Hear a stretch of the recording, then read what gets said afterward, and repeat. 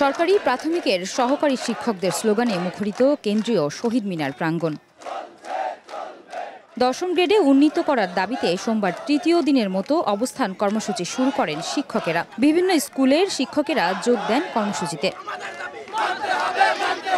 আন্দোলনকারীদের দাবি, তাদের মর্যাদা নিশ্চিতে যৌক্তিক দাবি মানতে হবে, না হলে আরো কঠোর কর্মসূচি দেওয়া হবে। এই বৈষম্য মেনে নেয়ার মতো না, এই প্রশাসন আমরা মেনে নেব না। যতক্ষণ না পর্যন্ত আমাদের এই দাবি পূরণ না হচ্ছে ততক্ষণ পর্যন্ত আমরা এই শহীদ মিনারের এখানে অবস্থান করব। দাবি আদায় না হওয়া পর্যন্ত আমরা ঘরে ফিরছি না। ১০ম গ্রেড আমাদের ন্যায্য অধিকার। সারা দেশের স্কুলগুলোতে অনির্দিষ্টকালের কর্মবিরতিতে পাঠদানে যে ক্ষতি হচ্ছে, পরবর্তীতে শুক্র শনিবার ক্লাস নিয়ে তা কাটিয়ে ওঠারও আশ্বাস দেন শিক্ষকরা। আমরা তো স্টুডেন্টদের বিরুদ্ধে না, সুতরাং আমরা চাই ক্লাসরুমে ফিরে যেতে। আমরা প্রশাসনকে জানাবো আপনারা দ্রুত আমাদের বিষয়টা একটু সমাধান করেন।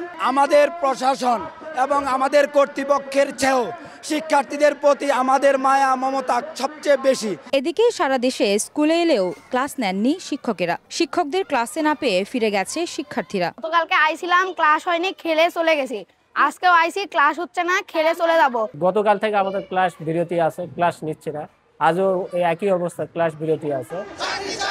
এদিকে নির্বাহী আদেশের মাধ্যমে নিয়োগের দাবিতে রাজধানীর শাহবাগে অবস্থান কর্মসূচি পালন করেন ১ থেকে ১২তম নিবন্ধিত নিয়োগ বঞ্চিত শিক্ষকেরা। তাদের অভিযোগ, আশ্বাস পেয়েও নিয়োগ না পাওয়ায় এই লাগাতার অবস্থান।